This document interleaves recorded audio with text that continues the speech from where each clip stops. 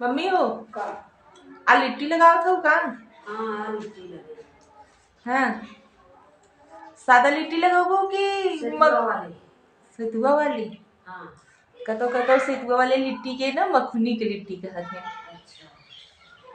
और एक बार हम दवाई में धुआं सुलगाई दे हो, पापा का कही? बहनी जड़ा थे तो का करे था पापा कहे चाहे जमे के करे ठंडी है तो ना पड़ा तब कहाँ जाई। हाँ, तो अच्छा एक बात बताओ, का पहले के जमाने में घरे के लड़कियन के गांवों वाले डांट उट देते रहे ना? बहनी डांट देत रहा मार देत रहे। अब के जब अब ना केहू के लड़कियन के बोल पाए ना कर पाए। हाँ, अब काय अपन मन से धुए नहीं डांट सकत माई लोगे बर्दाश्त कर लेनी तो दूसरे का तो बातें छोड़ दे।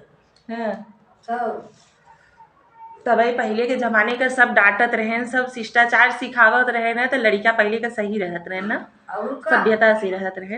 अब हम लड़कियन में देखा था ना ना ना जटाई कितना बाटे। वो तो बटबे की है।